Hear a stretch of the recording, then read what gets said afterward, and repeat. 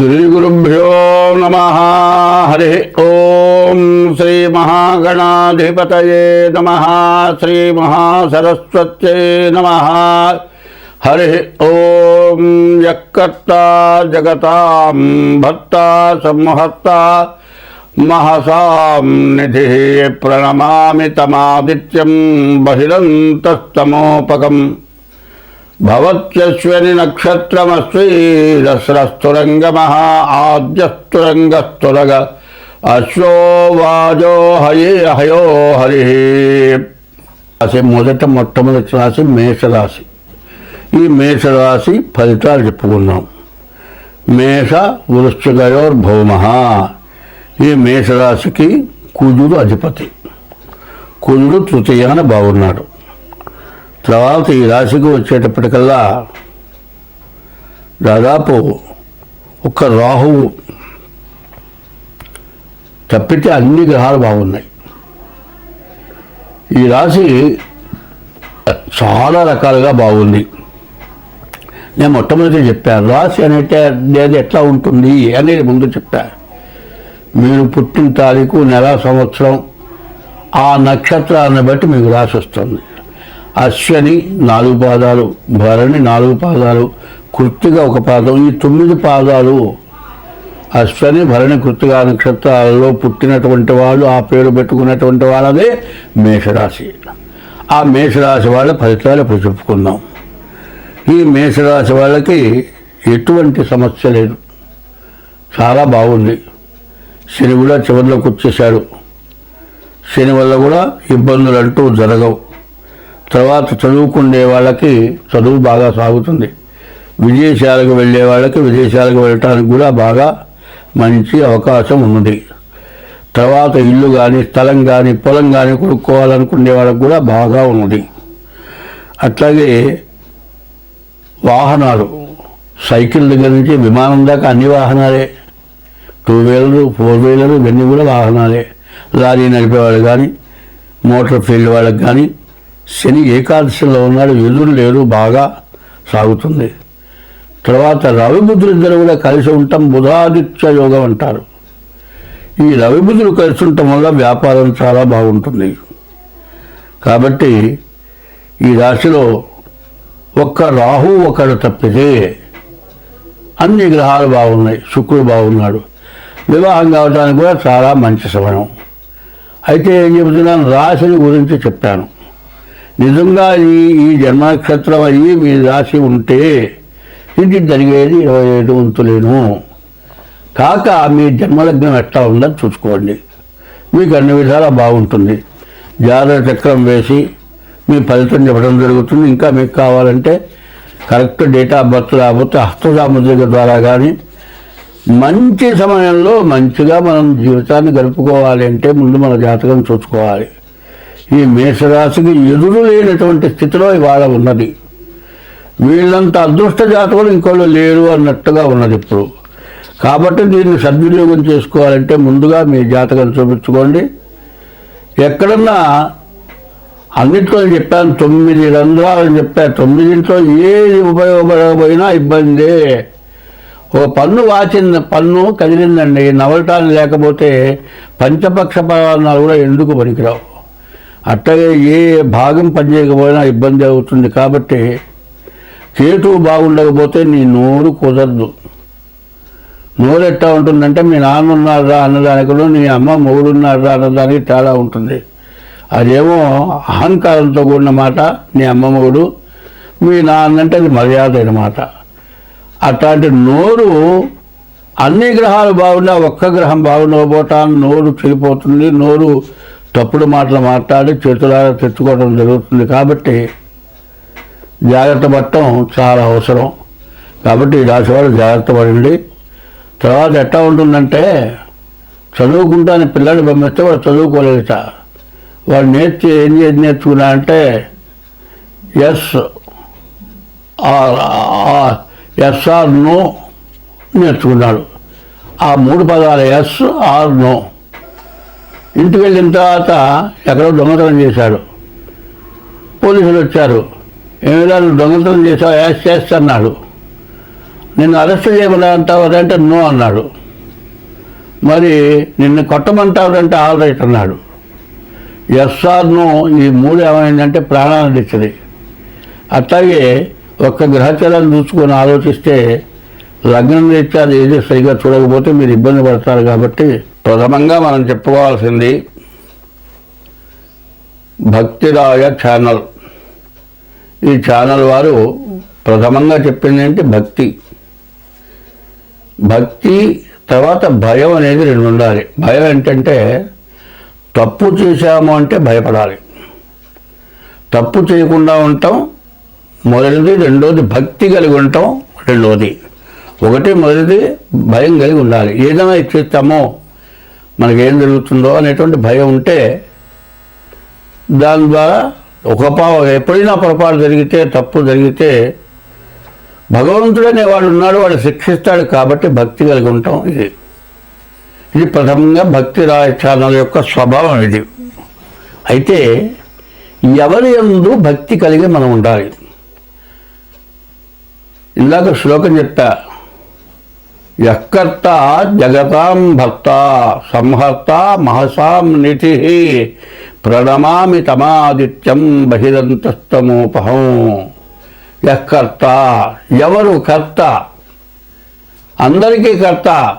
భార్యకి భర్త కర్త, భర్తకి యజమాని కర్త, యజమానికి భర్త లోబడతాడు, భర్తకి భార్య లోబడుతుంది. ఒకళ్ళ యందు ఒకళ్ళు కృతజ్ఞతాభావంతో ఉంటేనే జీవనం జరుగుతుంది. వీళ్ళందరికీ యఃకర్త, ఎవరా కర్త? భగవంతుడనేవాడు ఒకడు ఉన్నాడు కర్త. జగతాం భర్త, యఃకర్త జగతాం భర్త, జగత్తు మొత్తానికి భర్త, భరాయించేటువంటి వాడు ఒకడు ఉన్నాడు. యఃకర్త జగతాం భర్త, సంహర్త అందరినీ సంరక్షిస్తున్నాడు. సంహర్త మహసాం నిధి, మొత్తం ప్రపంచం భూమి ఆకాశము రెండింటి యందు 84 లక్షల జీవరాశులు ఆకాశంలో తిరిగేవి 21 లక్షలు, భూమి పైన తిరిగేవి 21 లక్షలు, భూమి లోపల తిరిగేవి 21 లక్షలు, నీటిలో తిరిగేవి 21 లక్షలు, మొత్తం కలిపి 84 లక్షల జీవరాశుల్ని సంరక్షించేటువంటి భగవానుడి వలయ అంటే సంహర్త, అందరినీ సంరక్షిస్తున్నాడు. మహసాన్నిధి, ఇంతమందిని రక్షించడానికి పోషించడానికి యజమాని అయినటువంటి వాడి దగ్గర తగినంత ధనం ఎట్లా ఉండాలో అదే విధంగా 84 లక్షల జీవరాశుల్ని సంరక్షించడానికి తగినటువంటి శక్తి, ధర్మం, భక్తి అన్నీ కలిగినటువంటి వాడు ఒకడున్నాడు. ఆయన ఎవరంటే ఆదిత్యోర్కో రవిర్భానుర్భాస్కరశ్చ దివాకర మార్తాండ స్మితాహేస్తీక్షణాంశిన్ బిహలో రవి. సూర్యుడనేవాడు ఒకడున్నాడు. ఆయన 12 పేర్లు కలిగి ఉన్నాడు. ఆదిత్య, అర్క, రవి, భాను, భాస్కర, దివాకర, మార్తాండ, సవిత, హేళి, తీక్షణాంశో, మిహిర, రవి రవి అని 12 పేర్లు గలటువంటి వాడు సూర్య భగవానుడు. ఎవరయ్యా అంటే సమస్త జీవరాశులకి, సమస్త దేశాలకి, 84 లక్షల జీవరాశులకి, ప్రపంచం మొత్తానికి అన్ని చోట్ల కనపడేటువంటి, అన్ని మతాలకి కనపడేటువంటి భగవానుడు ఒక్కడే సూర్య భగవానుడు. ఆ సూర్య భగవానుడు వల్ల ఆయనే భగవంతుడిగా సూర్యోదయ అస్తమయాల వల్ల ఒక పండగకి ఆ సూర్యుడు చూసే పండుగ చేస్తూ ఉన్నాం. నిన్న జరిగినటువంటి పండుగ సూర్యుడు మకర నుంచి సంక్రమణం వచ్చినటువంటి రోజున పండుగ చేశాం. అటువంటి సూర్య భగవానుడే అందరికీ కనబడేటువంటి భగవంతుడు, ప్రతినిత్యం మనకు దర్శనమిచ్చేటువంటి భగవంతుడు. అటువంటి భగవంతుడు ఒక్క సెకండు భూమి మీద పడకపోయినట్లయితే మన యొక్క జీవరాశులు ఏమైపోతాయి? సర్వం వినాశనమైపోతాయి. రకరకాల వ్యాధులు పుడతాయి, రకరకాల జీవరాశులు ఉద్భవిస్తాయి. ఆ జీవరాశుల వల్ల మరణాలు సంభవిస్తాయి. కాబట్టి అటువంటి భగవంతుడిని మనం ప్రార్థించాము. ఆ భగవంతుడి యందు భక్తి కలిగి, జ్ఞానం కలిగి, ఎప్పుడూ కూడా సూర్యుడు ఉదయించేప్పుడు ఉదయం బ్రహ్మస్వరూపము, మధ్యాహ్నంతు మహేశ్వరము, సాయంకాలం స్వయం విష్ణు, త్రికాలం వహ దివాకరం. 3 వేళల ఉదయం పూట బ్రహ్మ, మధ్యాహ్నం పూట మహేశ్వరుడు, సాయంకాలం పూట ఈశ్వరుడు, 3 వేళల 3 రూపాలతో ఉన్నటువంటి భగవానుడైనటువంటి సూర్య భగవానుణ్ణి మనం ప్రతిరోజు నమస్కరించి పూజించి ఆయన లేకపోతే మనం లేము, ఆయన వల్లే మనం బ్రతుకుతున్నాము అనేటువంటి భక్తి భావం కలిగి ఇంతమంది బతకటానికి, ఇంతమంది జీవించడానికి సూర్య చంద్రుల వల్లే మనకు జరుగుతోంది. అటువంటి సూర్య చంద్రుల వల్ల మనకు జరుగుతోంది ఏంటంటే, ఎట్లా పుట్టామయ్యా అంటే ప్రతి జీవరాశి కూడా ప్రాణి అనేది ఒకటి ఉంది. ఆ ప్రాణి పోయిన తర్వాత ఎంత మెలుగురు పురుగులాగా ఉంటుంది. అది వెళ్ళిపోయి భగవానుడు అయినటువంటి ఆకాశంలోకి వెళ్ళిపోయి ఆ సూర్య భగవానుడి దగ్గర, అసలైన భగవంతుడి దగ్గర ఉంటుంది. అది దాని టైం అయిపోయిన తర్వాత వర్షం కురిసేటప్పుడు నీటిలో కలిసి ఆ ప్రాణి వస్తుంది. ఆ ప్రాణి నీటిలో కలిసి భూమి మీద పడుతుంది. ఆ భూమిలోకి వచ్చేప్పటికి ఆ నీళ్లలో నుంచి భూమి యందు పుడుతుంది. భూమి యందు పుట్టినటువంటి నీటితో కలిసినటువంటి ప్రాణాన్ని, నీళ్లు లేకపోతే బ్రతకలేం కాబట్టి ఆ నీళ్లు ఎవరైతే తాగుతారో వారి యందు గర్భధారణ జరిగి జన్మనిస్తున్నారు. చెట్లు కావచ్చు, పక్షులు కావచ్చు, మనుషులు కావచ్చు, రకరకాల జీవరాశులంతా కూడా ఈ ప్రాణి వల్ల ఉద్భవిస్తున్నాయి. ఈ ప్రాణి ఉద్భవించడానికి భూమి తల్లి, అందరినీ మించిన తల్లి భూమి, అందరికీ తండ్రి సూర్య భగవానుడు. ఈ తల్లిదండ్రులు మానవులకి జన్మనిచ్చింది తల్లి. అట్లాగే ఈ మానవులందరికీ జన్మనిచ్చిన తల్లి భూమి. అందరినీ పోషిస్తున్నవాడు భర్త, అనగా పోషణకర్త సూర్య భగవానుడు. అటువంటి భూమి అయినటువంటి తల్లికి అందరినీ సంరక్షించేటువంటి సూర్య భగవానుడు ఎటువంటి వాడు, ఒక సూర్యుండు సమస్త జీవులకు తానొక్కొక్కడైతో చుపోలికయే దేముడు సర్వకాలమ మహాలీలం నిజోత్పన్న జన్యకదంబంబుద హృత్సరోహుడు హమలన్ నానా విధానమున రూపకుడై ఒప్పుతుండు అట్టి హరినే ప్రార్థింతు సిద్ధుండనే అని భాగవతంలో ఈ పద్యం చెప్పబడింది. ఒక సూర్యుడు సమస్త జీవులకు తానొక్కొక్కడై తోచుపోలిక ఏ దేముడు సర్వకాలము మహాలీలన్ జగత్పన్న నిజోత్పన్న.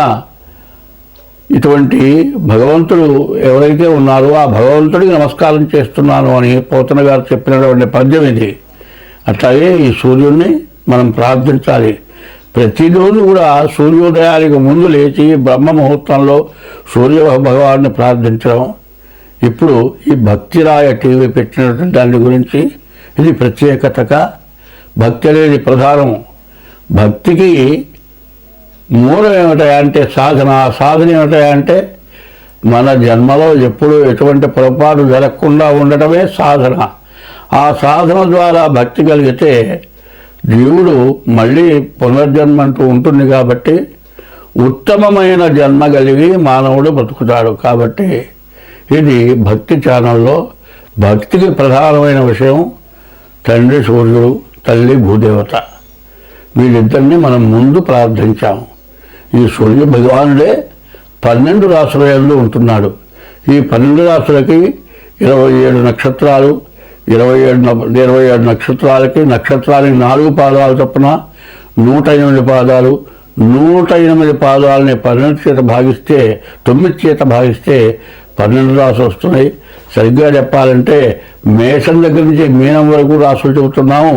అట్లాంటి ప్రతి రాశికి కూడా సూర్య భగవానుడే ఉన్నాడు అని ఈ 12 రాసులకి సూర్య భగవానుల యొక్క పేర్లు 12 పేర్లు ఉన్నాయి. కాబట్టి అటువంటి సూర్య భగవాన్ని ప్రార్థించి మనం చేసినటువంటి తప్పు వల్ల జరిగేటువంటి దోషాలని మనం అనుభవిస్తాం. కాబట్టి భక్తి శ్రద్ధలు ఎదగలిగి అందరూ కూడా జీవించడం. మార్చి 29 నుండి 6 గ్రహాలు ఒక రాశిలోకి వస్తున్నాయి, మీనంలోకి వస్తున్నాయి. 2 సంవత్సరాల 6 మాసాలు మార్చి 30కి శని కుంభరాశిలో నుంచి మారి మీనరాశిలోకి వస్తున్నాడు. సంవత్సరం 10 నెలలకు రాహువు మీనరాశి నుంచి కుంభరాశికి వస్తున్నాడు. కానీ ఈ గ్రహాలు 6 గ్రహాలు ఒక చోట చేరినాయి. 6 గ్రహాలు ఎట్లా చేరినాయి, ఎందుకు చేరినాయి, ఏమిటి కారణం, దీనివల్ల వచ్చే కష్టమా, నష్టమా, సుఖమా, దుఃఖమా అనేది ఆలోచించుకోవాలి. ఇంతకుముందు 60 సంవత్సరాలకి పూర్వంలో అష్టగ్రహ కూటమి అనేది వచ్చింది. ఈ అష్టగ్రహ కూటమి వచ్చినప్పుడు కొంతమంది మానవులు నడుస్తూ పడిపోయి పురాణాలు జరిగారు. మంచం మీద పడుకున్న వాళ్ళు పడుకున్నట్లే ప్రాణాలు పోయినాయి. తెల్లవారు చూస్తే మనిషి శవమై ఉన్నాడు. ఇట్లా రకరకాలైన మరణాలు, రకరకాలైన వ్యాధులు, రకరకాలైన సమస్యలు వచ్చినాయి. ఇప్పుడు కూడా 2024వ సంవత్సరం 2024వ సంవత్సరం నుంచి 2027వ సంవత్సరం వరకు 24, 25, 26, 27 ఈ 4 సంవత్సరాలు కూడా దుష్ట చతుష్టయం అని చెప్పాలి. 24లోనే కొన్ని రకరకాలైన సమస్యలు, బాధలు బాగా పెరిగిపోయి అసలు ఎట్లా బతకాలి. మానవుల కంటే రాక్షసులైనటువంటి జనం, రాక్షసులు అంటే వేరే లేరు, మానవుల్లోనే రాక్షసులు. రాక్షసత్వం ప్రబలిపోయి చాలా సమస్యలు వచ్చినాయి. అదే కాదండి, ఈ మధ్య కొన్ని యుద్ధాలు వచ్చినాయి. మరి ఉక్రెయిన్ మీద మరి ఇంకో దేశం, ఆ దేశం యుద్ధం చేసింది. Russia America. రష్యా ఏం చేసింది? ఉక్రెయిన్ కూడా ఒకప్పటి రష్యాలో భాగమే.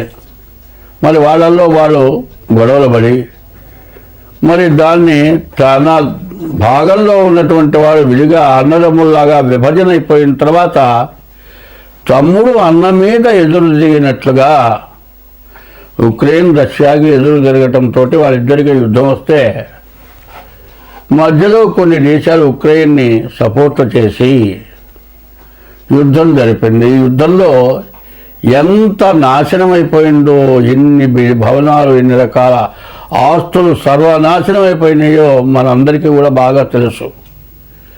మానవ జన్మ ఎత్తిన వాళ్ళు, చదువుకున్న వాళ్ళందరికీ కూడా ఇది పెద్ద యుద్ధం, ప్రపంచ యుద్ధంగా మారిపోతుంది అని భయపడ్డాం. అటువంటి యుద్ధం మారింది అంటే కారణం ఏంటంటే గ్రహాల యొక్క సమస్య. 24లో ఈ విధంగా మనకు జరిగింది.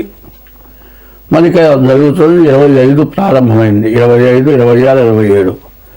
ఇప్పుడు ఒక్కొక్క రాశికి ఒక్కొక్క రకంగా ఉన్నది అని చెప్పటం కాదు ఇక్కడ కావాల్సింది.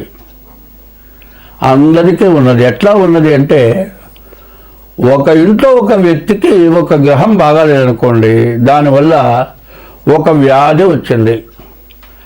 ఆ వ్యాధి నిర్మూలన చేయాలి అంటే ఇంట్లో సర్వం ధనం ఖర్చు పెట్టాలి. అందరూ కూడా దానికి త్యాగం చేయాలి. అట్లా చేస్తేనే ఆ ఇంట్లో వాళ్ళకి ఆ వ్యాధి తగ్గటానికి వీలవుతుంది. ఇది ఒక ఇంటికి, ఒక కుటుంబానికి వచ్చిన వ్యాధి కాదు, ప్రపంచానికి వచ్చిన వ్యాధి. ఈ షష్టగ్రహ కూటం ప్రపంచానికి వచ్చిన వ్యాధి. ఎందుకంటే నేను చాలామంది ఫలానా రాశి వరకు ఇబ్బంది, ఫలానా రాశి బాగా బాగుంది, ఫలానా రాశి వల్ల బాగా సంపాదించుకుంటారు, ఇటువంటి మాటలు కాదు చెప్పాల్సింది. ఎప్పుడు కూడా మంచి చెప్పాల్సిన అవసరం లేదు. నువ్వు కోటీశ్వరుడు అవుతారా అని చెబితే, కాదయ్యా నువ్వు పుట్టినప్పటి నుంచి కోటీశ్వరుడివి అంటే నువ్వు నా జాతకం చెప్పేది ఏందా, నాకు కోట్లున్నా నువ్వు చెప్పేది ఏందని అడుగుతాడు. అది కాదు కావాల్సింది. నీకు కోట్లు ఉన్నా కూడా మధ్యలో నష్టం వచ్చేసేసి 60 సంవత్సరాలు సంపాదించిన మొత్తం సర్వం పోయి కేర్ ఆఫ్ ప్లాట్ఫారం అయిపోయే పరిస్థితి వచ్చినప్పుడు దాన్ని గుర్తు చేయటం ధర్మం. అట్లాగే ఇప్పుడు 2025 నుంచి 27 లోపల గ్రహాల వల్ల రకరకాల సమస్యలు వస్తున్నాయి. ఇప్పుడు మనం ఆనందంగా ఉన్నామనేది కాదు, అందరం బాగుండాలి. ఇప్పుడు సమస్యలు ఏమిటంటే, మన మతం హిందూ మతం. హిందూ మతం అనేది ఎటువంటిదంటే ప్రపంచ దేశాల్లో కూడా పూజింపబడుతున్న మతం హిందూ మతం. హిందూ మతం ఎటువంటిది? అనాది మతం. అనాది మతం అంటే ఎవరు పుట్టించింది కాదు, మొదటి నుంచి ఉన్నటువంటి మతం. ఇందులో న్యాయశాస్త్రం ఏం చేస్తున్నారు? ధర్మశాస్త్రంలో కొంత భాగాన్నే న్యాయశాస్త్రం తీసుకొని కోర్టులో డిక్లేర్ చేస్తున్నారు. ఈ 6 గ్రహాలు ఒకచోటి చేరినాయి. ఇప్పుడు 60 ఏళ్ల క్రితం అష్టగ్రహం 8 కూటాలు 8 గ్రహాలు చోట చేరినాయి. ఈ గ్రహాల వల్ల వచ్చినటువంటి సమస్య ఏమిటి? ప్రతి వాళ్ళు రకరకాలుగా చెబుతూ ఉన్నారు. ఇది కాదు మనకు కావాల్సింది. మెయిన్ అసలు ఏమిటి? ఆ మెయిన్ ఎట్లా ఉంటుంది? మెయిన్ అనేది మొదటిది అనేది ఎట్లా ఉంటుంది? ఏమంటే శరీరం ఉంది కదా, శరీరానికి 8 రంధ్రాలు ఇచ్చారండి. ఆ 8 రంధ్రాలు ఏంటి? చెవులు 2, కళ్ళు 2 4, ముక్కులు 2 6, నోరు 1 7. 9 రంధ్రాలు ఎక్కడున్నాయి? ఈ మెడకాయ దగ్గర నుంచి పైన 7 రంధ్రాలు ఉన్నాయి. మిగతా 2 రంధ్రాలు 1 2 మొత్తం కలిపి 9 రంధ్రాలు అయినాయి. ఈ 9 రంధ్రాలు 9 గ్రహాలు అయినాయండి. ఈ 9 గ్రహాలు కాదు, 9 రకరకాల ధాన్యాలు ఉన్నాయండి. ఈ 9 సంఖ్య ఎన్ని రకాలుగా ఉందో చూడండి. మరి చిరుధాన్యాలు అంటున్నారు ఇవాళ ప్రతి వాళ్ళు. చిరుధాన్యాలు లేదనగా 9 రకాల ధాన్యాలు తినమంటున్నారు. అట్లాగే 9 రంధ్రాలు, 9 గ్రహాలు, ఇవన్నీ కూడా ఏం చేస్తున్నాయి అనేది మనకు కావాలి మెయిన్గా. అయితే ఎవడికో వస్తుందనే మాటకి నేను అడుగుతున్నాను.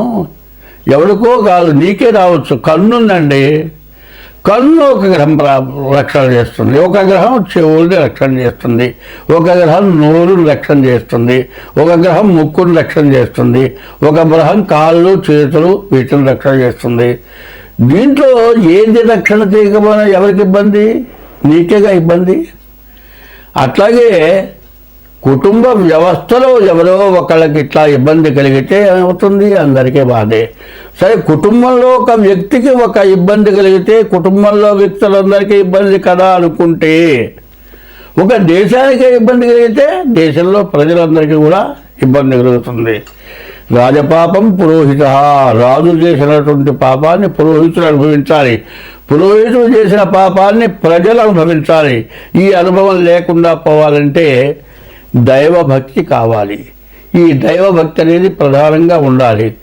ఏమండి, జ్యోతిష్యం చెబుతున్నారు, జ్యోతిష్యంలో మాకు జరగట్లేదు, మాకేమీ లేదు, అంతా జ్యోతిష్యం ఏం చెబుతున్నారు, తరాలు చెబుతున్నారు, ఏది చెప్పినా ఏది చేసినా మాకు బాధలు పోవటం లేదు అనేవాళ్ళు చాలామంది ఉన్నారు.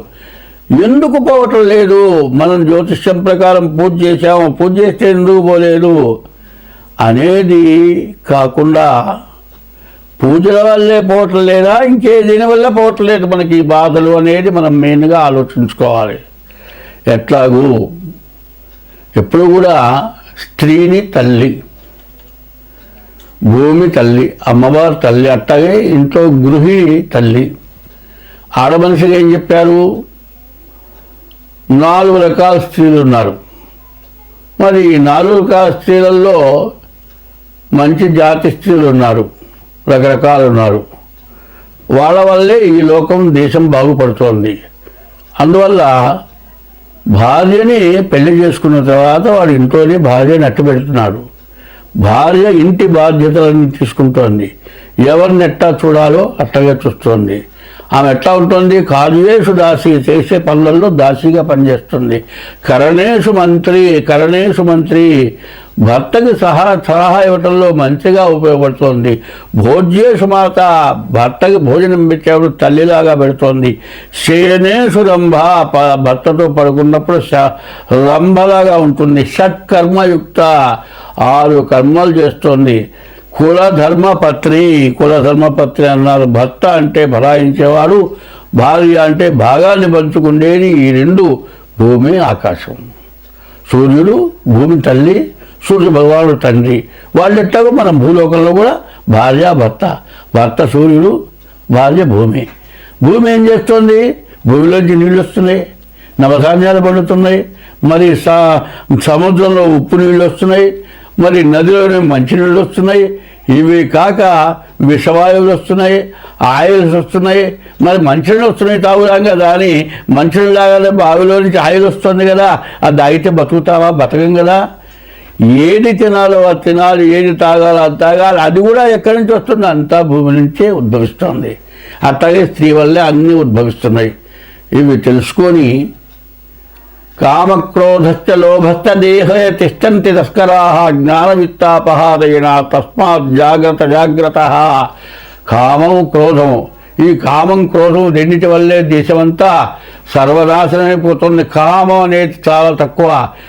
ఇటువంటిది ఎవ్వరూ చాలా కొద్ది మనిషి 100 సంవత్సరాలు బతికితే బాల్యం 25 సంవత్సరాలు, యవ్వనం ఒక 5 సంవత్సరాలు ఉంటుంది, కౌమారం వార్ధక్యం అంటే 100 సంవత్సరాలు ఇచ్చాడు. 100 సంవత్సరాల వయస్సులో సరిగ్గా యవ్వనం అనేది పూర్తిగా 10 సంవత్సరాలు ఉందని చెప్పడానికి ఇప్పుడు లేదు. ఈ యవ్వనంలో చేయరాని పనుల వల్ల మనకు ఈ గ్రహాలన్నీ కూడా మారిపోతున్నాయి. కారణం ఏమిటా అంటే కుక్కలకు ఒక టైం ఇచ్చాడు సంగమం చేయటానికి. మరి కొన్ని జాతులకి ఏనుగుంది నీటిలో సంగమం చేస్తుంది. మనం ఏం చేస్తున్నాం అన్నీ తెలుసు. 24 గంటలు ఆడది కావాలి వీడికి, ఏ టైము వేళ పాడ లేదు. మరి వాళ్ళే మిగతా జాతులు ఏం చేస్తున్నాయి, వాటికి ఇచ్చిన టైంలోనే సంగమం చేస్తున్నాయి, దానివల్ల మరి ఉత్పత్తి చేస్తున్నాయి. మనం ఎప్పుడు పడితే అప్పుడు. దీనివల్ల చాలా నష్టం జరుగుతుంది. ఈ కామం ఎటువంటి చేస్తుంది, ఇంట్లో భార్య ఉందంటే వాడు ఏం చేస్తాడు, ఇంకొక ఈమె 4 పిల్లలు పుట్టారు, ఈ విడిగా ఓపిక పోయింది, శక్తి నశించిపోయింది, రూపంలో కళ తగ్గింది, ఇంకొక దొరికింది పనిచేసే చోట, ఆమె బాగా అందంగా ఉంది, ఆమె ఏం చేస్తుంది, వీడెమ్మడి పడుతుంది, వీడేం చేస్తాడు, ఆమె ఎమ్మడి పడతాడు. చివరికి ఏమవుతుంది, ఇంట్లో భార్యకో ఎవరికో తెలుస్తుంది, ఆమె తగాదా పెట్టుకుంటుంది. వీడేం చేస్తాడు, నువ్వు అక్కడ వెళ్ళిపో, నువ్వు ఉంటే ఉండు, పోతే పో అంటాడు. తల్లిదండ్రులు చేస్తారు, ఈ పిల్లల్ని తీసుకెళ్తారు, కోర్టులో వేస్తారు. మరి వీడి తల్లిదండ్రులని వీడిని మొత్తాన్ని పోలీస్ స్టేషన్లో పెడతారు, కేసు అవుతుంది. సరే ఎట్టా డైవర్స్ తీసుకుంటారు, బాగానే ఉందండి. ఈ తల్లిదండ్రులు ఏం చేస్తారు, ఈ పిల్లలమ్మా నువ్వు అన్యాయం అయిపోతున్నావు, నీకు భర్త లేడు కదా, మేము ఎన్నాళ్ళు నిన్ను పోషిస్తాం, నువ్వు ఇంకో పెళ్లి చేసుకోమని పెళ్లి చేస్తున్నారు. వాడు ఏం చేస్తున్నాడు, ఎవరినో పట్టుకున్నాడు, దాన్ని వాడు పెళ్లి చేసుకుంటున్నాడు. ఇద్దరు కలిసి 4 పిల్లల్ని కన్నారు కదా. నీవు నీ పిల్లల్ని చూస్తానంటే తర్వాత చేసుకున్నవాడు నీ పిల్లల్ని చూడటానికి ఇష్టపడతాడా? ఇష్టపడ్డు. నీవు కావాలి కానీ నీ పిల్లలు వాడికి అక్కర్లే. సరే పోని వాడు పెళ్లి చేసుకున్నాడు ఇంకో దాన్ని, నా పిల్లలు తెస్తానంటే దానికి వీడు కావాలి కానీ పిల్లలు అక్కర్లే. ఇందులో మధ్యలో ఏమైపోతున్నారు, పిల్లలు అన్యాయం అయిపోతున్నారు, బజార్న పడిపోతున్నారు. ఈ తల్లిదండ్రులు ఎంతకాలం ఉంటారు, ఒక 5 ఏళ్ళు 6 ఏళ్ళు దాదాపు పిల్లలు పసిపిల్లలు ఉండగానే నాయనమ్మ తాత లేక అమ్మమ్మ తాత చచ్చిపోయినారు. ఈ పిల్లలు ఏమైపోయినారు, బజారు పల్లైపోయినారు, అడుక్కొని తింటున్నారు, అనాథ పడ్డారు.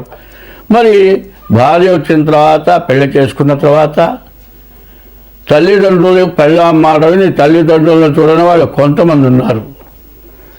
సరే భార్యను ఇబ్బంది పెట్టి తల్లిదండ్రులను చూసి భార్యను వదిలిపెట్టి ఇంకో దాంతో పోయిన వాళ్ళు ఉన్నారు. ఇవి మహాపాపాలు అవునా కాదా? ఎవరికి వాళ్ళు ఆలోచించుకోండి. ఈ షడ్గ్రహ ఈ 6 గ్రహాల యొక్క కూటమి ఇటువంటి పాపాలు ఎవరైతే చేశారో అవి అప్పుడు గుర్తుకొస్తాయి. అనుభవించేప్పుడు బాధపడేటప్పుడు ఏం చేశాను, బలానా పని చేశా, అందువల్ల నాకు ఈ కర్మ పట్టింది. జన్మనిచ్చిన తల్లిదండ్రులు పెంచి పెద్ద చేసి 25 ఏళ్ళ దాకా పెంచి చదువు చెప్పించి ఉద్యోగం ఇప్పించి పెళ్లి చేసి ఇంత చేసిన వాళ్ళని తల్లిదండ్రులను బతికించవా, నువ్వు వదిలేస్తావా? లేకపోతే డబ్బులు కట్టి వృద్ధాశ్రమంలో చేరుస్తావా? లేకపోతే శాంతం వదిలిపెడితే వాళ్ళు అనాథ శరణాలయం పోవాలా? పెళ్లి చేసుకున్నావు, పిల్లల్ని కన్నావు, మరి భార్య భర్త ఇద్దరు విడిపోయి వేరే పెళ్లి చేసుకొని నీవు కన్న పిల్లల్ని వదిలేసి వాళ్ళని అనాథ శరణాలయ పాలు చేస్తావా? ఇది ధర్మమా? ఇది ధర్మాన్ని అనుసరిస్తున్నారా మీరు? ఈ అధర్మాన్ని అనుసరిస్తూ జ్యోతిష్యం చెబితే ఈ జ్యోతిష్యంలో జరగట్లేదంటే చేసిన పాపం వృధాగా పోతుందా? పిల్లికి చెలగాటం, ఎలికి ప్రాణ సంకటం అన్నారు.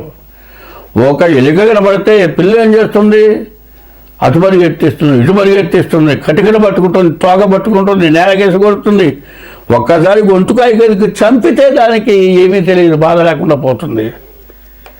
దాన్ని చిత్రహింస పెట్టి చంపావు.